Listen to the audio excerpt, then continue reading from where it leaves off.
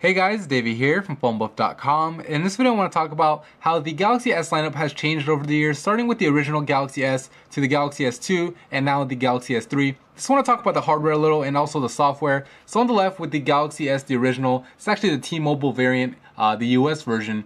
It has a 4-inch screen going diagonally. It was 800 by 480 in resolution, Super AMOLED of course. You have the 4 capacitive touch buttons at the bottom. And on the back, you have a 5 megapixel camera. This particular variant didn't have a front-facing camera, but for the ones that did, it was a VGA camera. The Galaxy S2, in this case, Sprint's Epic 4G Touch variant, had a bigger screen, as you can see. It's noticeably bigger at 4.5 inches.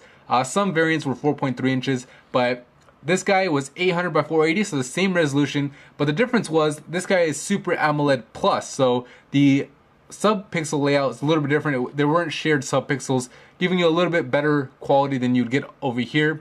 And you can see you have the same 4 capacitive touch buttons as you did on the original Galaxy S. For the US version, again, the international version had a physical home button with the capacitive buttons on the sides. And the back has a 8 megapixel camera, and on the front you actually have a 2 megapixel front-facing shooter on this guy. So pretty impressive, improvement from the original. And then now we have the Galaxy S3, which obviously, from the screen department, it just keeps getting bigger and bigger. This is a 4.8-inch display, but the difference between this and the last two is the resolution has finally been kicked up to 1280 by 720. Now, the screen type is Super AMOLED like it is on the original Galaxy S, so it's not Super AMOLED Plus, but with the higher resolution, it really does make up for that shared sub-pixel layout. So definitely, obviously, the better screen is on the Galaxy S3. Now, what's interesting is on the US versions, on the bottom, you have only 2 capacitive touch buttons, kind of like the international versions were for the S1 and S2, with the physical home button here at the center. And on the back, you have an 8 megapixel camera, similar to the one found on the Galaxy S2. So not that big of a increase or a improvement from the Galaxy S2. On the front, the front-facing camera is 1.9 megapixels, basically around the same as it was on the Galaxy S2 again. Obviously, the quality difference can be a little bit different because there are different lenses, but as far as the megapixel count, they're pretty much the same. Let's go ahead and compare the phones side by side.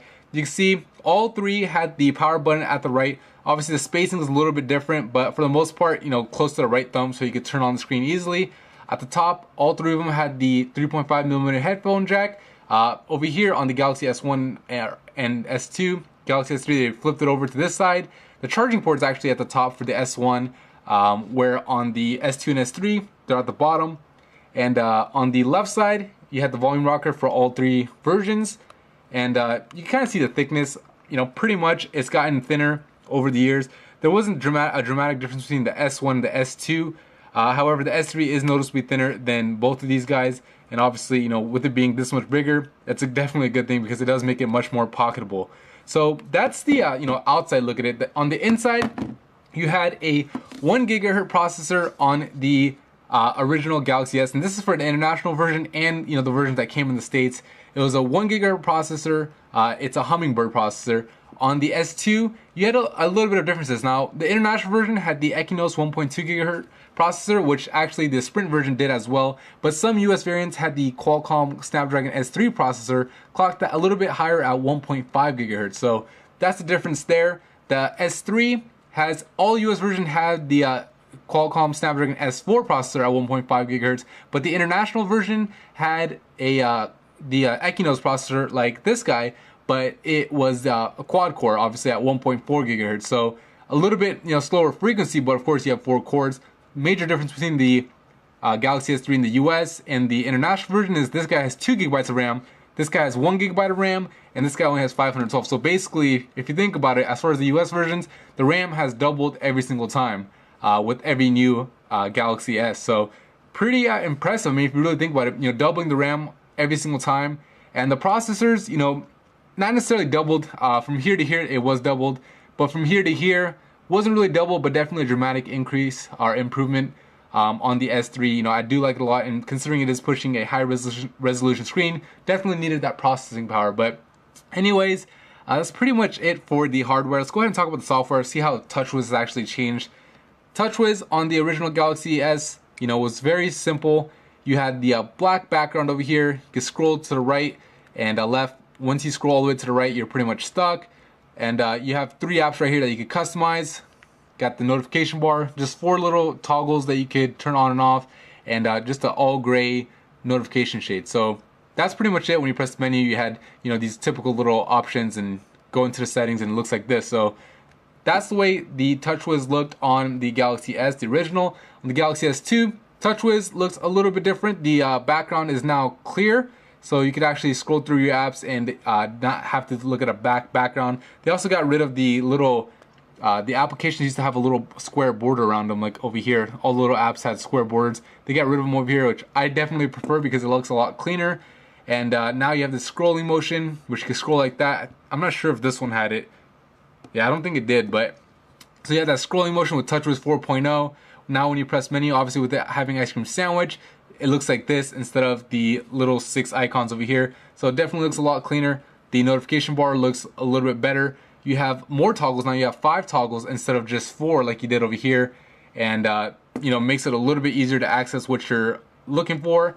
And on the S3, you know, it's probably obviously my favorite version of TouchWiz. Now on the app dock, you have 4 apps that are customizable versus 3, and that's thanks to the higher resolution screen. The notification bar, you've got, not only do you have 5 toggles right here, but you know, you can actually scroll over and you have an extra 4. So you have 9 total toggles that you can turn on and off. Much more control at your hands. You can press the setting button here to go straight to the settings. Of course, that's an ICS type option. The app drawer looks pretty much the same. It is see-through, but now you can scroll all the way through instead of getting stuck at the end.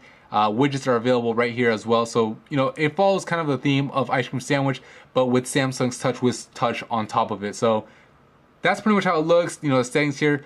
Obviously, there's a lot of changes, you know, that happened in the software versions. Over here, just basic software.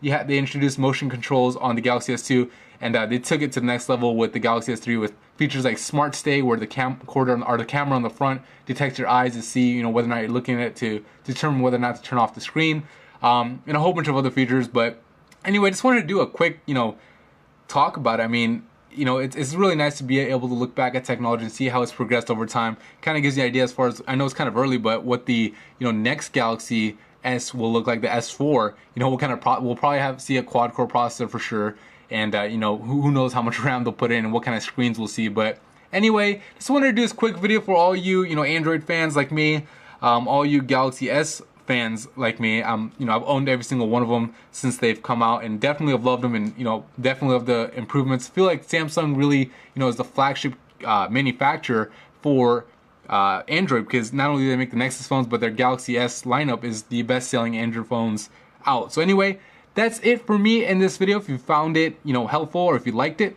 hit the thumbs up button and subscribe to the channel. Thank you.